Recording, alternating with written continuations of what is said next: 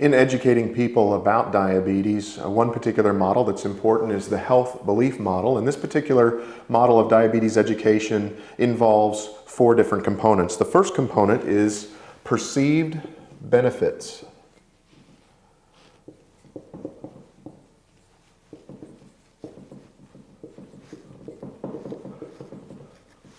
Under this particular part of the model, people who feel that they are going to reap benefits from engaging in self-care behaviors are going to be more likely to want to learn and apply these skills.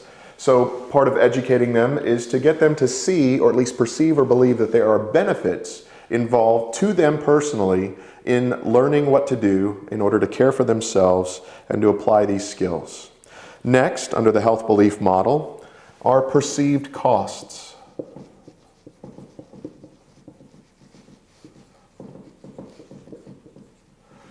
Under this part of the health belief model, you need to help the person that you're trying to educate understand that the financial expense, the time spent, and the energy invested is less than the benefit engaged or the benefit received from making these changes. So they need to know that there are costs to them personally in terms of finances, time spent, and energy expended in helping themselves with their diabetes, but they need to see that those costs are greatly outweighed by the benefits to themselves.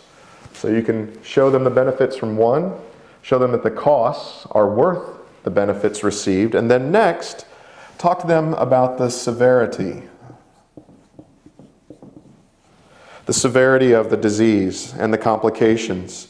Disability, illness, loss of productivity, all are contributed to the disease severity. People who believe that diabetes is a serious condition are more likely to accept education. So you've shown them the benefits, you've shown them that the costs are less than or the benefits outweigh those costs, and then you've talked to them about the severity of the disease, and they realize, and if they accept this, they are more willing then to receive the education and make the changes necessary because they realize that for them, this is a real possibility. Now, if they think that their particular diabetes is borderline or mild, they're going to be less likely to want to engage in paying the costs, and they won't see the benefits as being as significant. And then finally, under the health belief model, susceptibility.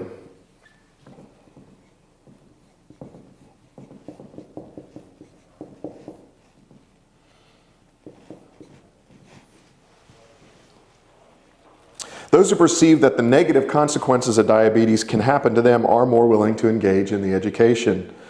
Those who feel, once again, that they're only borderline or just have a mild case of diabetes may not believe that education is necessary for them. So are they susceptible? Do they see their susceptibility? Do they see the severity of the disease and its consequences?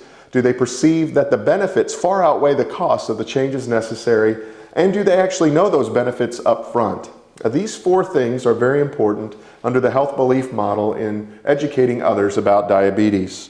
And according to research, perceived susceptibility and disease severity are the strongest predictors for behavior change. So if you're going to emphasize something, it needs to be 3 and 4 in terms of getting people to make the necessary changes. 1 and 2 are important and they contribute to 3 and 4, but these 2 are the major components of the health belief model in diabetes education.